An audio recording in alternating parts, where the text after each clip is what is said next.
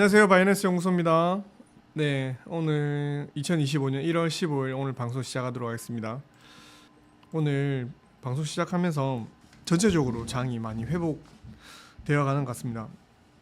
특히 오늘 장을 보면은 유난히 좀 많이 돋보이는 게 이제 리플인데, 리플 같은 경우에는 이제 7일 기준으로 28%, 23% 정도 올랐네요. 그래서 이제 곧 리플이 이제 3달러 터치를 눈앞에 두고 있습니다. 업비트 기준 가격으로 했었을 때 4,000원 가까이 가지 않았나? 4,000원 터치했나요? 한번 볼게요. 지금 리플이 지금 거래량이 제일 많잖아요. 4,200원이고 리플이 거래 대금이 이제 2조 원이 넘었잖아요.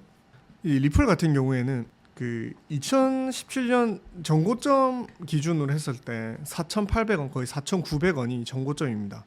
이제 곧 전고점이 이제 올타임 하이가 얼마 남지 않고 있어요. 리플 같은 경우에는 봅시다. 60% 급등 전망을 보고 있습니다. 차트상으로 봤었을 때 약 4달러 돌파를 노린다. 지금부터 이제 4달러면은 계산해 보면 약 6,000원입니다. 리플이 미국 증권거래위원회에 간 진행 중인 법정 공방에서 이제 점점 1년의 진전을 보이고 있습니다. 그래서 코인텔레그래프에 따르면은 1월 11일 날 풀은 대칭 삼각 패턴의 상단 추세선을 이제 거래량 증가와 함께 돌파를 했습니다. 트레이딩 뷰에서 보면은 트레이딩 뷰를 한번 볼게요.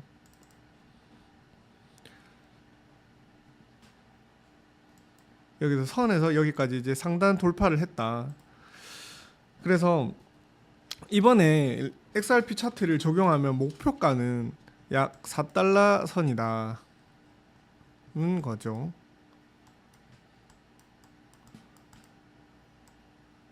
자, 4달러 여기 부근선까지 올라갈 것이다 라는 겁니다.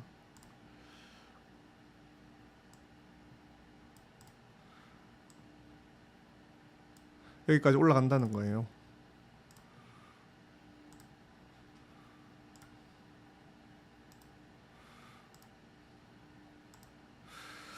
그래서 독립시장 분석가 월드 오브 차트에서 이제 향후 며칠 내에 이 수준에 도달할 것이다.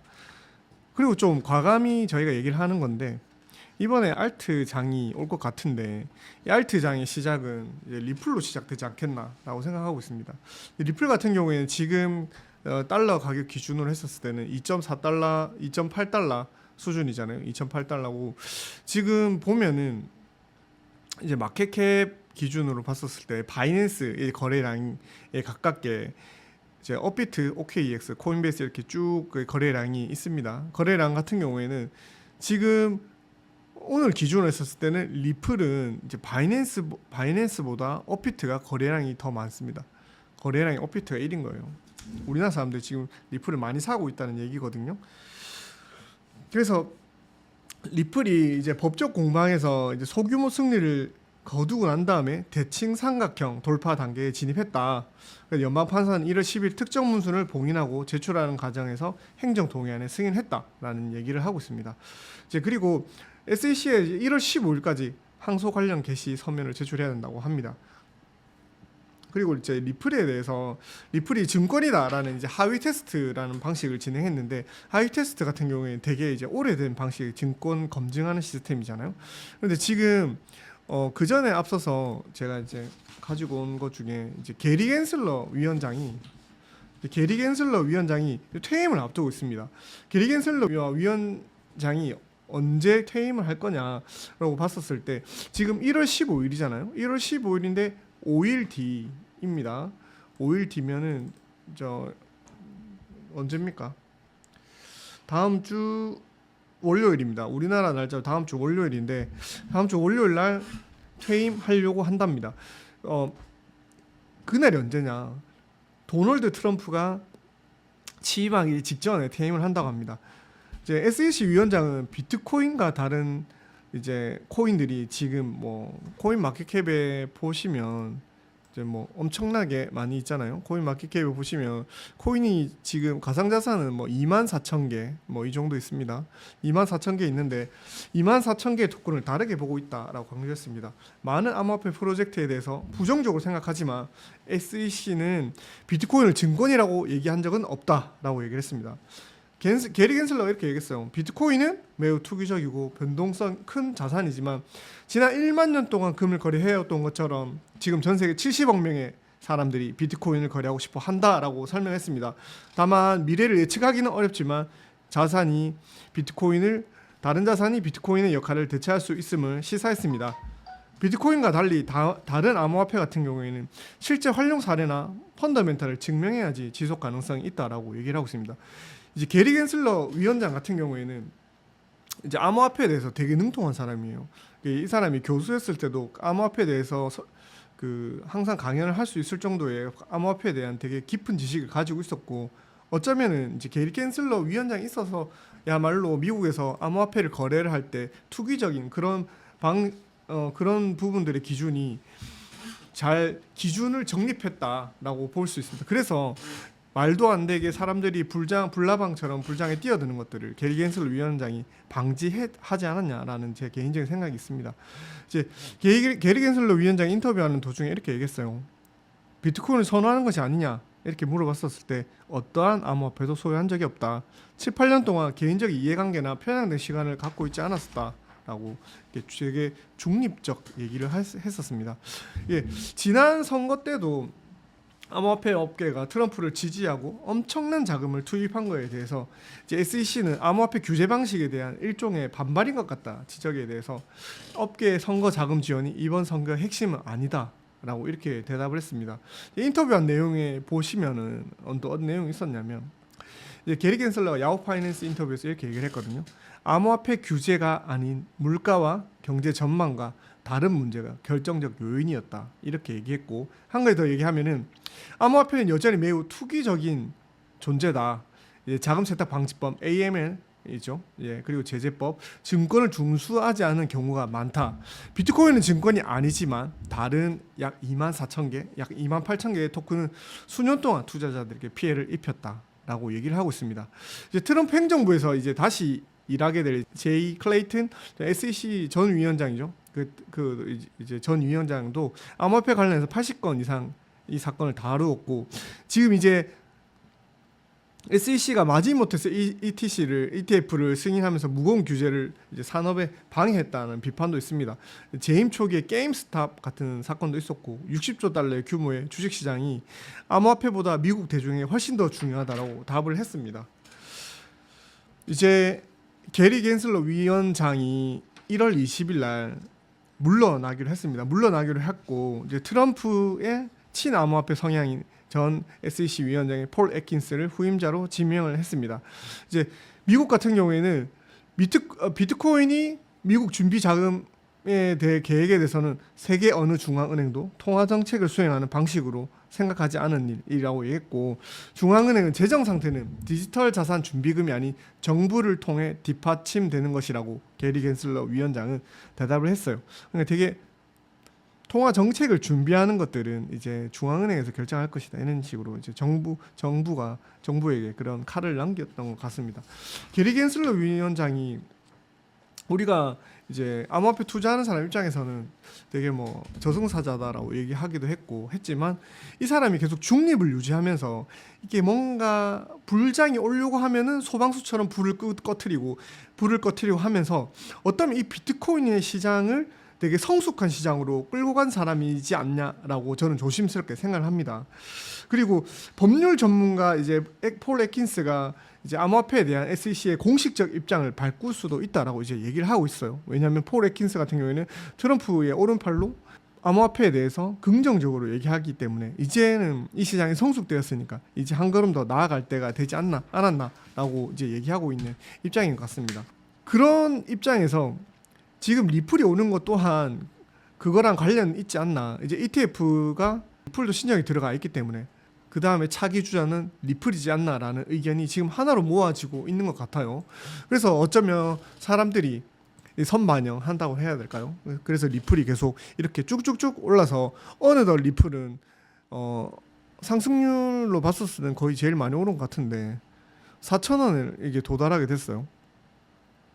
7일 중에 기준으로 가장 많이 오른 것이 리플이잖아요. 리플이랑 카스파가 많이 올랐는데 여러분 어떻게 생각하고 계시나요? 이제 리플이 여기서부터 이제 한 6,000원까지 무난하게 올라간다고 하면은 이 리플이 시가총액이 엄청 큼에도 불구하고 이렇게 전체 시장을 견인하고 있으니까 전체적 알트 시장에도 따뜻한 봄이 오지 않겠나라고 생각을 하고 있습니다. 그리고 비트코인 얘기를 넘어가 보도록 하겠습니다. 비트코인 같은 경우에는 국내 시장도 전체적으로 상승하고 있는데 제가 또 어떤 내용을 가지고 왔냐면 좀 재밌는 내용을 오늘 가지고 왔어요. 한 달 사이에 20조 원의 예금이 이탈을 했다고 합니다. 그래도 저는 이제 주변 사람들이랑 얘기를 할 때 어떤 얘기를 하냐면 암호화폐를 투자하고 있지 않은 사람에게 이렇게 물어봐요. 지금 적금을 하고 있습니까? 아니면 투자를 하고 있습니까? 라고 물어보면 적금을 하지 않을 것 같다라고 얘기를 하고 있어요. 왜 그렇게 얘기를 하냐면 적금을 넣고 있다는 것은 우리나라의 주식에 우리나라의 그 원화에 장기적으로 길게 상승할 거라는 것들을 베팅한다는 의미예요. 하지만 우리나라가 시간이 지나갈수록 계속 달러가 발행되는 그 달러에도 그 가치가 못 미치고 있거든요. 달러 가치가 계속 상승하고 있잖아요. 그런데 우리나라의 그 예금이 20조 원이나 한 달 사이에 이탈해서 이것들이 해외 주식이나 코인으로 들어가고 있다는 겁니다. 그래서 지난달에 이제 5대 은행의 요구 불예금이 이제 30조, 약 20조 원이 이탈해서 이 예금이 줄어들어서 다른 데 투자 자금으로 이동한 것으로 보고 있다라고 하는 거죠. 트럼프 이제 대통령 재선을 위해 트럼프 트레이드와 맞물려서 그런 것이 아닌가라고 얘기를 하고 있습니다. 그래서 오늘도 어김없이 비트코인이 많이 올랐잖아요. 투자은행 JP모건에서 출시된 ETF가 뭐뭐 들어가 있냐면 JP모건에서 자기들이 신청이 넣은 게 솔라나와 리플입니다. 솔라나 리플에 대규모 자금이 유입될 것으로 전망이 되어서 지금 XRP가 많이 오르는 것으로 보이거든요. 그리고 반에크에서도 그 ETF에 투자를 할 것이라고 예측했습니다. 그래서 반에크에서는 만약에 JP모건에서 솔라나하고 리플이 ETF가 승인이 된다면 자기들은 각각 30억에서 80억 달러 규모의 자금을 예치할 것이다라고 반에크에서도 얘기를 하고 있어요. 그래서 만약에 이제 기존의 이제 ETF 채택률로 봤었을 때는 BTC 같은 경우에는 1,080억 달러를 기록했고 예치금이 이더리움 ETF 같은 경우에는 약 6개월 만에 3,950억 달러를 유치를 했습니다. JP모건이 이런 예치하는 채택률을 딱 봤었을 때는 ETF 솔라나 같은 경우에 30억에서 60억 달러, 리플에서는 40억에서 80억 달러 더 큰 규모죠.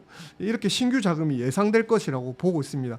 그러니까 지금 현물 ETF가 신청이 들어가 있는 상태에 솔라나 리플에 더욱더 관심을 집중하고 있는 겁니다. 그렇게 되면은 승인이 되든 안 되든 지금 사람들 관심이 있으니까 전체적으로 시장이 오르고 있는 거 아닐까요? 라는 생각이 들고 있어요. 그래서 혹시 내가 자금을 많이 갖고 있지 않고 뭐 적절하게 자금을 갖고 있다고 하면은 다달이 현금 직장 생활을 하니까 현금 흐름은 발생하잖아요. 약 20만 원에서 30만 원씩 많으면 50만 원에서 100만 원 저금할 수 있다 하면은 적금을 들지 말고 저는 이제 업비트에서 비트코인이나 이더리움으로 장기적으로 예치를 한다면 적금보다 더 큰 보상률이 있지 않을까라고 생각을 합니다. 그래서 뭐 비트코인이 뭐 1억 4,500만 원 합니까 지금? 잠시만요. 비트코인 가격이 지금 보시면 1억 4,400만 원 정도 하잖아요. 뭐 1억 5천만 원 이런 걸 무시하고 그냥 예금을 한다 생각하고 사실 적금보다 이율이 훨씬 더 좋잖아요. 적금보다 더 상승률이 훨씬 좋으니까 작년만 해도 비트코인 상승률이 2.5배 정도 됐거든요. 그러면 내가 다달이 이제 뭐 20만 원에서 50만 원 좀 많이 넣으실 수 있는 사람은 약 한 달에 100만 원씩 이렇게 비트코인 투자하는 거. 또한 아니면 비트코인 아니면 이더리움. 사실 리플은 변동성이 크니까 별로 그렇게 추천드리지 않는데 알트코인의 대장주 이더리움이라든지 이제 블록체인의 대장주 비트코인에 투자한다는 것 좀 강력하게 추천드리고 싶습니다. 그리고 마지막으로 이제 안내드리고 싶은 거는 지금 바이낸스에서 메가 드랍을 하고 있잖아요. 메가 드랍을 진행 중인데 이번 메가드랍 같은 경우에는 바이낸스 메가드랍 17일 날 상장됩니다. 곧 이틀 뒤입니다. 바이낸스 메가드랍에서 이제 솔브 프로토콜이 상장이 되거든요. 솔브 프로토콜이 상장되니까 상장은 저녁 7시에서 8시쯤 상장될 예정으로 있습니다. 이제 비트코인 스테이킹 기반으로 해서 이제 디파이 프로젝트입니다. 여러분께서 한번 솔브 프로토콜 이제 메가드랍 이제 바이낸스 메가드랍 약 7개월 만에 진행한 거거든요. 그래서 이틀 뒤 금요일 날 진행하니까 여러분께서 한번 좀 집중해 보실 필요는 있는 것 같습니다. 정말 이번에 솔브 같은 경우에는 좀 다들 괜찮은 이제 벤처 캐피탈이나 이제 VC들이 참여를 많이 했으니까 여러분께서 한번 집중해 보실 필요는 있는 것 같습니다. 한번 바이낸스에서 투자가 가능하신 분은 바이낸스 투자해 보시고 아마 솔브 같은 경우에는 상장이 되면 우리나라 시장으로 한 달 내로 바로 상장될 가능성이 크거든요. 그래 한번 집중해 보셨으면 좋겠습니다. 오늘 뭐 날씨도 좀 많이 쌀쌀한데 지금 오늘 또 장이 전체적으로 올라서 좀 기분은 좋거든요. 하지만 전체적으로 알트 시장이 많이 오른 건 아니고 좀 집중적으로 지금 스텔라 루멘이나 이제 리플이 많이 올랐잖아요. 그 다른 알트코인은 많이 안 올랐단 말이에요. 그 리플이 이 장을 견인하고 난 다음에는 다른 이제 다른 알트코인도 키 맞추기로 많이 올라갈 것으로 예상되고 있습니다. 여러분 투자를 잘 하시고 좀 더 튼튼한 마음을 가지고 장기 투자하시는 마음으로 투자하셨으면 좋겠습니다. 바이낸스 연구소였습니다. 감사합니다. 피스.